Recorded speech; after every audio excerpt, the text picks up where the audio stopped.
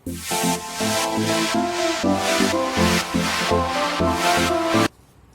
दोस्तों, स्वागत है आपका।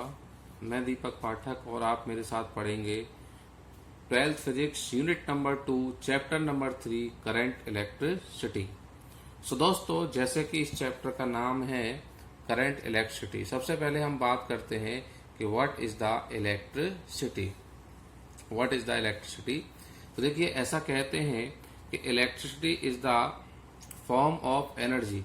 Electricity is the form of energy which is controllable and convenient. Electricity उस एनर्जी का वह फॉर्म है जो कंट्रोलेबल भी है और हमारे लिए कन्वीनियंट भी है। डे टू डे लाइफ में बहुत सारी जगह हम इंडस्ट्रीज में, फैक्ट्रीज में, हमारे घरों में fridge, washing machine, AC, TV, fan, बहुत लाइट, सब कुछ किस पे डिपेंड है? इलेक्ट्रिसिटी पे डिपेंड है। और आजकल की जो मॉडर्न लाइफ है उसको हम बिना इलेक्ट्रिसिटी के इमेजिन भी नहीं कर सकते। तो इस चैप्टर का पहला टॉपिक, जैसा आप देख सकते हैं, that is what the current electricity. तो जानने की कोशिश करेंगे कि क्या होता है current electricity and the next is electric current. तो करंट इलेक्ट्रिसिटी, देखिए, इससे पिछली जो यूनिट थी that is what the electrostatics. Electrostatics में हम चार्ज को रेस्ट में स्टडी कर रहे थे और यहाँ इस यूनिट में करंट इलेक्ट्रिसिटी में हम चार्ज को मोशन में स्टडी करेंगे। ठीक है, तो जहाँ तो current electricity that means study of electric charge in motion. ठीक है, नेक्स्ट इसका जो पहला टॉपिक है चैप्टर का that is what the electric current. तो इसको जानने समझने की कोशिश करेंगे कि what is the electric current, क्या कॉन्सेप्ट होता है, उसको देखेंगे, उसको समझेंगे। तो देखिए, इलेक्ट्रिक करंट, इलेक्ट्रिक करंट, देखिए समझिए, इलेक्ट्रिक का मीनिंग क्या होता है? चार्ज। और करंट क्या, करंट किसको रिप्रेजेंट करता है? In motion, in motion. तो चार्ज किसमें होगा? मोशन में होगा। ठीक है ना, इन मोशन। ठीक है ना, या फ्लो कर रहा होगा through a cross section of a conductor. किसी कंडक्टर के क्रॉस सेक्शन से चार्ज क्या कर रहा होगा?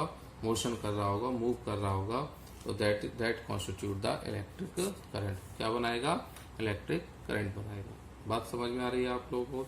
तो देखिए, ये तो हो गया कि what is the electric current.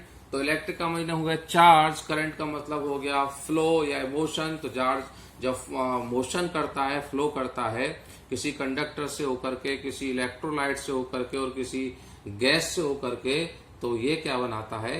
Electric जो इफेक्ट प्रोड्यूस होता है that is what the electric current. और शॉर्ट में कहें तो हम कह सकते हैं the flow of charge, charge का बहना कॉन्स्टिट्यूट बनाता है किसको? इलेक्ट्रिक करंट को। चार्ज बहता है तो इलेक्ट्रिक करंट को कॉन्स्टिट्यूट करता है, चार्ज फ्लो करता है तो इलेक्ट्रिक करंट को बनाता है। दैट्स इट, एक पर्टिकुलर डायरेक्शन में।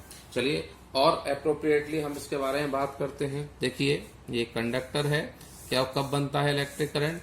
ये कंडक्टर हो गया, ठीक है ना, ये क्या हो गया है? इट्स ए कंडक्टर, ये कंडक्टर हो गया। ठीक है, जो जनरली कैसे होते हैं? मेटेलिक होते हैं, जैसे एल्यूमिनियम, कॉपर। और ये इसका क्या हो गया? This is it's cross section. इस क्रॉस सेक्शन से क्यू चार्ज, ठीक है ना, इन टाइम टी, कुछ टाइम टी के अंदर क्यू चार्ज इससे क्या कर जाता है? फ्लो कर जाता है। ठीक है, तो हम कैसे करके एक्सप्लेन करेंगे, किस तरह समझाएंगे? देखिए, टी यूनिट टाइम में कितना चार्ज फ्लो कर जाता है? क्यू चार्ज फ्लो करता है। तो 1 यूनिट टाइम में इस क्रॉस सेक्शन से कितना चार्ज फ्लो करेगा? Q upon t, that is I. इसी को हम कहते हैं इलेक्ट्रिक करंट। ठीक है ना, और इसको हम क्या बोलते हैं? That is what called the rate of flow of charge, rate of flow of charge. Okay, बात समझ में आ रही है? तो इलेक्ट्रिक करंट क्या हो गया? Charge upon time, I is equal to Q upon t, that is what also called as the rate of flow of charge. एक बार फिर समझ लीजिए, किसी कंडक्टर के क्रॉस सेक्शन से कुछ चार्ज अगर क्रॉस कर जाता है, एक तरफ एक तरफ से आता है दूसरी तरफ चला गया, तो वो क्या बन जाएगा? वहां पर इलेक्ट्रिक करंट कॉन्स्टिट्यूट हो जाएगा, इलेक्ट्रिक करंट बन जाएगा। I is equal to Q upon T, आपके पास फॉर्मूला आ गया। ओके, बात समझ में आ रही है? अब यहाँ पर देखिए, करंट को हम दो तरीके से एक्सप्लेन करते हैं। I is equal to Q upon T, ठीक है ना। I is equal to delta Q upon delta T, this represent the average current. कुछ टाइम में कुछ चार्ज फ्लो कर गया तो नेट करंट कितना रहा, दैट इज एवरेज करंट। और अगर इसी में हम इस तरीके से लिखें, limit delta t tends to zero delta Q upon में डेल्टा टी, तो I is equal to d q upon d t, this represent the instantaneous current. ठीक है, तो बात को समझेंगे यहाँ पर। तो क्या है, the flow of charge through a conductor constitute the electric current. Quantitatively मैंने आपको बता दिया। ठीक है, तो ये क्या हो जाएगा, I equal to Q upon t, और ये हो गया आपका I equal to d q upon d t. Electric current हो गया इलेक्ट्रिक चार्ज अपॉन में टाइम। SI यूनिट क्या हो जाएगी इसकी, चार्ज की होती है कुलाम, टाइम की हो गई सेकेंड, तो कुलाम पर second, that is what called ampere. 1 ampere current flow होगा जब 1 कूलाम चार्ज किसी क्रॉस सेक्शन को 1 सेकंड में अगर क्रॉस कर रहा होगा, तो वहां पर कितना करंट बनेगा, 1 एम्पियर करंट बनेगा। ठीक है, अदर यूनिट जो हम करंट के इलेक्ट्रिक करंट को मेजर करने के लिए यूज करते हैं, milliampere. 1 milliampere is 10 to the power -3 ampere, and microampere is 1 microampere is equal to 10 to the power -6 ampere. Next आता है इसमें, अगर हम आगे बढ़ेंगे, that is the conventional direction of current and direction of electric current. तो देखिए, conventional direction of current is the direction of flow of positive charge. किसी कंडक्टर से जिस डायरेक्शन में पॉजिटिव चार्ज फ्लो होता है, पॉजिटिव चार्ज मूव करता है, that is what the conventional direction of electric current. और जिस डायरेक्शन में इलेक्ट्रॉन मूव करते हैं, जो कि पॉजिटिव चार्ज के जस्ट अपोजिट डायरेक्शन में होता है, that is what the electron current. तो हम जो करंट को कंसीडर करते हैं, जो करंट फ्लो होती है, वो इलेक्ट्रॉन के अपोजिट डायरेक्शन में होती है।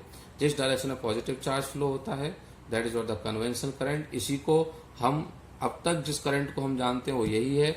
और जिस डायरेक्शन में इलेक्ट्रॉन फ्लो करते हैं, जो कि पॉजिटिव चार्ज के अपोजिट डायरेक्शन में फ्लो करते हैं, that is what the electron current. ध्यान से देखिए, इलेक्ट्रिक करंट और conventional current just opposite direction में है। कन्वेंशनल करंट बैटरी के पॉजिटिव टर्मिनल से नेगेटिव टर्मिनल की तरफ, जबकि इलेक्ट्रॉन करंट नेगेटिव टर्मिनल से पॉजिटिव टर्मिनल की तरफ को फ्लो करेगी। ठीक है, ऐसा कहते हैं कि electric current is a scalar quantity. इस बात इसलिए आती है क्योंकि करंट के पास डायरेक्शन होती है। इन स्पाइट ऑफ दैट, उसके बावजूद भी ये एक स्केलर क्वांटिटी है। क्यों? क्योंकि सिंपल ये जो वेक्टर के लॉज ऑफ एडिशन है उनको ओबे नहीं करती है। जैसे कि यहाँ 3 एम्पियर 4 एम्पियर करंट फ्लो कर रही है, 90 डिग्री का एंगल है। तो अगर वेक्टर प्रॉपर्टी से लगाएं तो 3 और 4 का रिजल्टेंट होगा 5 एम्पियर, लेकिन इस वाली ब्रांच में जो करंट जा रही है दैट इज 7 एम्पियर, जो 3 और 4 का नॉर्मल एडिशन है, एल्जेब्रिक सम है। ओके दोस्तों, तो नेक्स्ट आगे बढ़ते हैं अगले टॉपिक की तरफ को, that is what the Ohm's law. इससे तो आप बहुत अच्छे से अवेयर हैं। मैं थोड़ा सा स्टार्टिंग का पोर्शन है जिसको आप अच्छे से जानते हैं, तो थोड़ा जल्दी जल्दी उसको लेकर के चल रहा हूँ। ओम्स लॉ क्या कहता है, किसी कंडक्टर से करंट फ्लो कर रहा है, ठीक है, किसी कंडक्टर से करंट फ्लो कर रहा है, तो करंट कम अगर, और उस कंडक्टर में करंट कब फ्लो होगा, जब उसमें सेल लगाएंगे या बैटरी लगाएंगे। सेल का काम होता है पोटेंशियल डिफरेंस बनाना, वोल्टेज प्रोवाइड करना।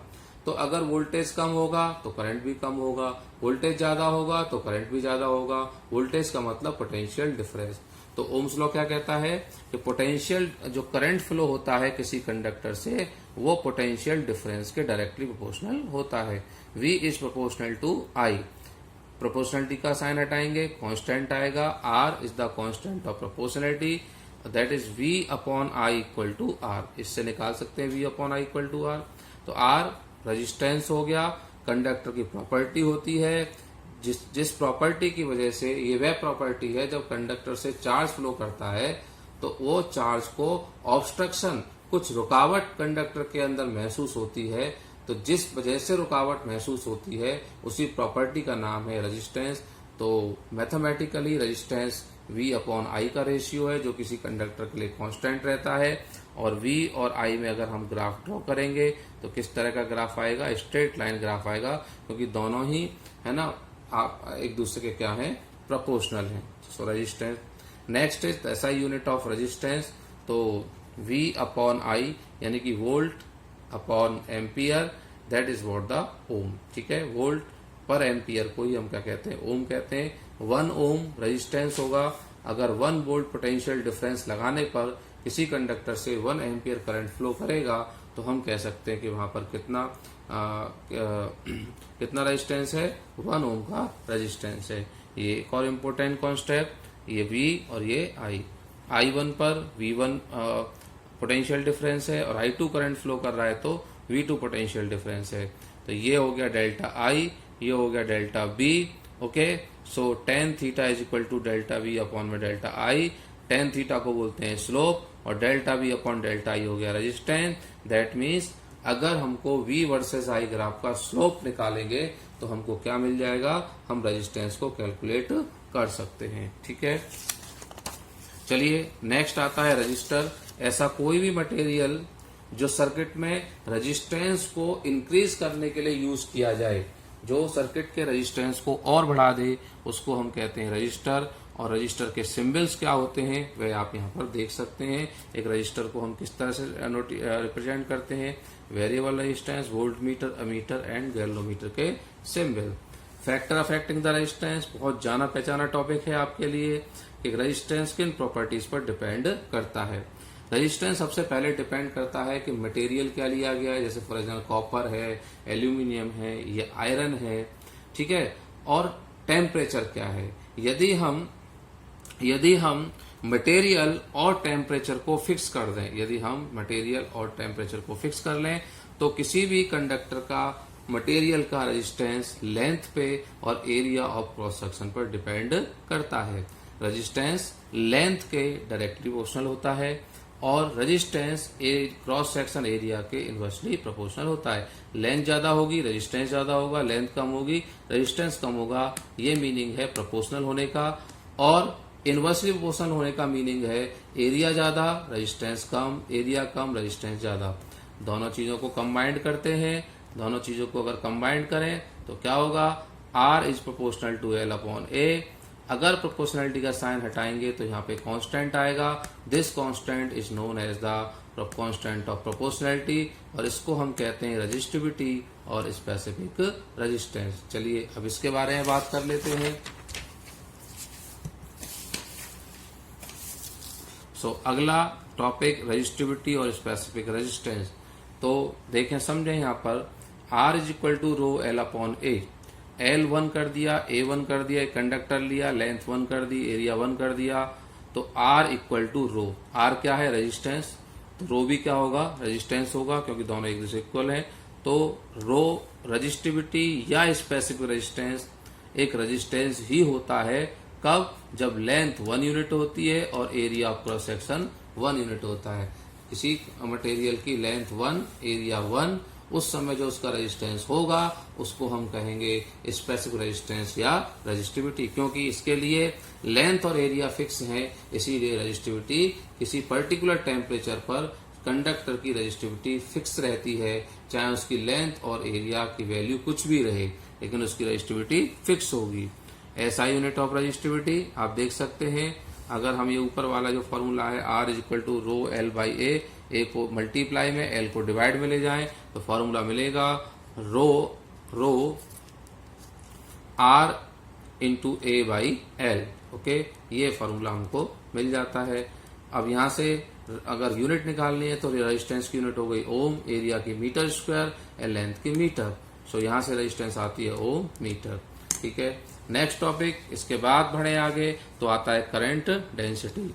ओके, मान लीजिए कोई क्रॉस सेक्शन एरिया है, उससे करंट फ्लो कर रहा है, परपेंडिकुलरली करंट फ्लो कर रहा है, तो क्या करना है, करंट को एरिया से डिवाइड कर दीजिए। बस ध्यान रखें कि करंट एरिया के परपेंडिकुलर होना चाहिए। तो डिवाइड करने पर जो क्वांटिटी हमको मिलती है that is what the current density. जैसे रिप्रेजेंट करते हैं, it is a vector quantity. Unit क्या होगी, करंट की एम्पियर, एरिया की मीटर स्क्वायर, तो यूनिट हो गई एम्पियर मीटर पर मीटर स्क्वायर। अब कंडीशन ये आती है कि आपको बताया कि करंट डेंसिटी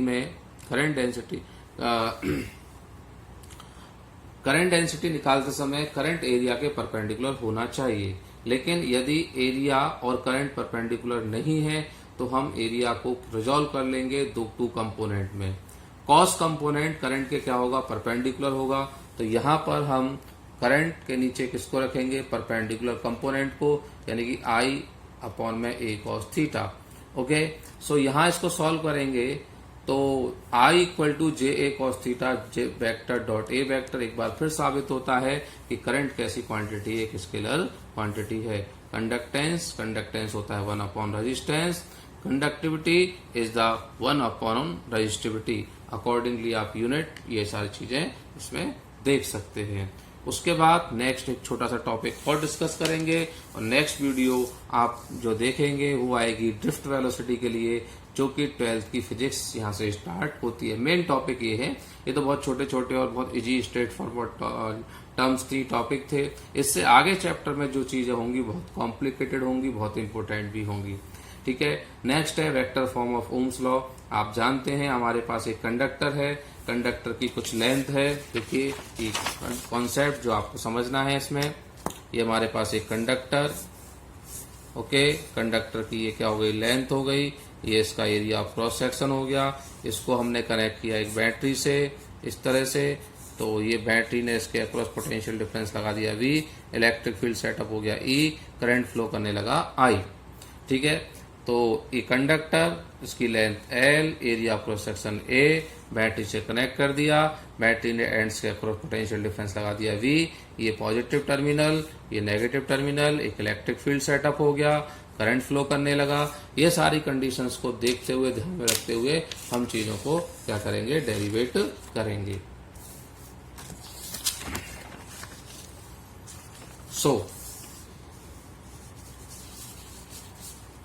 तो हम लिख सकते हैं V equal to E upon L. कहां से लिख सकते हैं, ये आपने पढ़ा हुआ है। V equal to E upon L हम लिख सकते हैं, E is equal to minus का dV अपॉन dr था, तो dV is equal to E into dr। So यहाँ E को, तो E और dr की जगह हम क्या लिख रहे हैं, L, और dV की जगह क्या लिख रहे हैं, V। तो V is equal to E into L, E equal to minus dV upon dr, से dV is equal to E into dr। E की जगह E आ गया और dV की जगह, dr की जगह हमने ले लिया L और dV को कर दिया V। तो हमारे पास ये रिलेशन चैप्टर 2 से है, तो V is equal to E into L. V equal to क्या होता है, I into R, Ohm's law से R की वैल्यू होती है rho L upon A, V को हम लिखेंगे E इंटू एल, L से L कैंसिल आउट होगा, तो बचेगा क्या, E equal to rho I by A को करंट डेंसिटी लिख सकते हैं, तो E vector equal to rho J vector, this is the vector form of Ohm's law. Resistivity को अगर हम इधर ले जाएंगे तो डिवाइड में हो जाएगा, और 1 अपॉन रजिस्टिविटी क्या होता है, कंडक्टिविटी, तो J vector equal to sigma E vector, this is also the vector form of Ohm's law. Thanks दोस्तों, आपने चीज को ध्यान से सुना, देखा, आप इसको देखें। अगर कोई प्रॉब्लम होती है तो आप मुझे इन्फॉर्म करें, बताएं, मैं कोशिश करूंगा कि आपकी प्रॉब्लम को सॉर्ट आउट करा सकूं। थैंक्स